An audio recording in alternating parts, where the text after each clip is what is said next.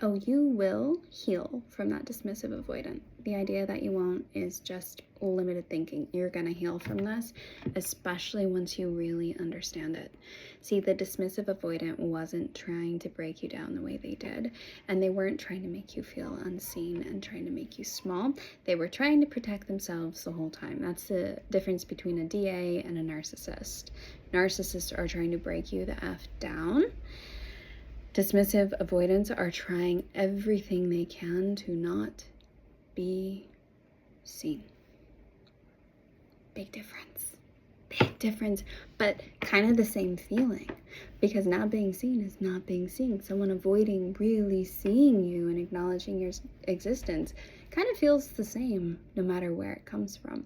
But once you understand where it comes from in the DA, you're going to start healing from it. They feel like the deepest form of violation is to be seen.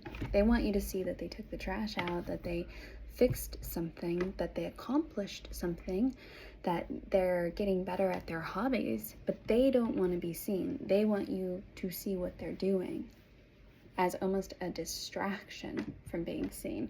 A lot of their hobbies and the things they do are a form of pseudo connection, because they can connect with people through those mediums without like standing bare and raw in front of someone. It's like, oh, let's talk about this, look at this that I did.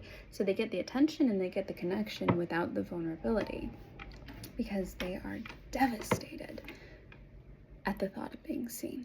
Something happened to them in their childhood where being seen in a raw, emotional, vulnerable state was either not safe or just an absolute thing you don't do.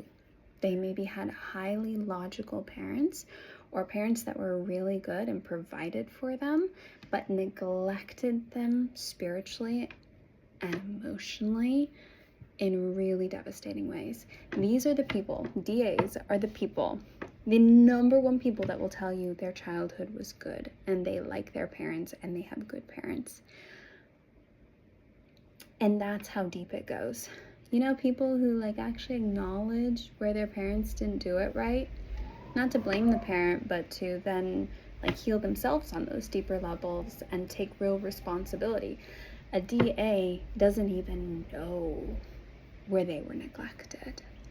They don't even know when they tossed away part of their own humanity and the parts of themselves that were more tender or had less logical, tangible needs, you know? These are the ones their parents probably put them through college and bought them things and showed up at their games, but the deeper feelings they had in all of those moments were not valid. It was about what they did and their accomplishments, and that was how they connected, through chores and things and, you know, collaborations. And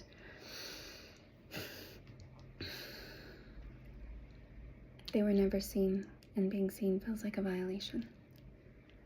You will hear that their childhood was fine, but then something will slip out. If you sit with these people long enough, something will slip out and it will be traumatic, and they'll just think, that's no big deal. Like, oh yeah, we never had a funeral for my dad and he died very suddenly and we never talked about it. It's okay, move on.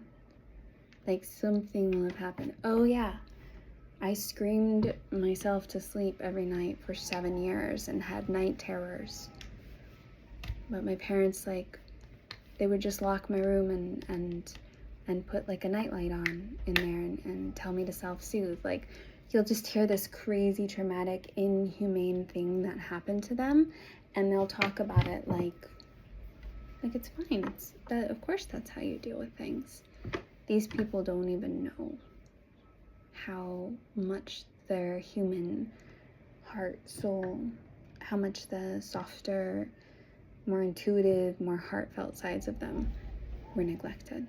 And you can't make them.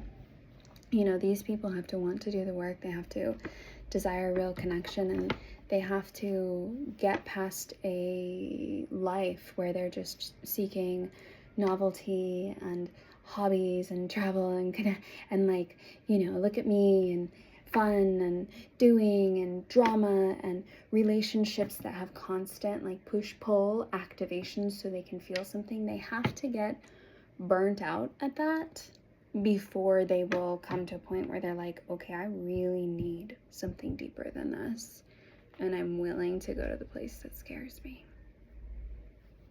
But just know, they didn't see you. It's not because you didn't matter. It's not because you're not fucking beautiful and amazing and worth being witnessed. It's because they think seeing you is going to be as violating to you as it would feel to them to be seen.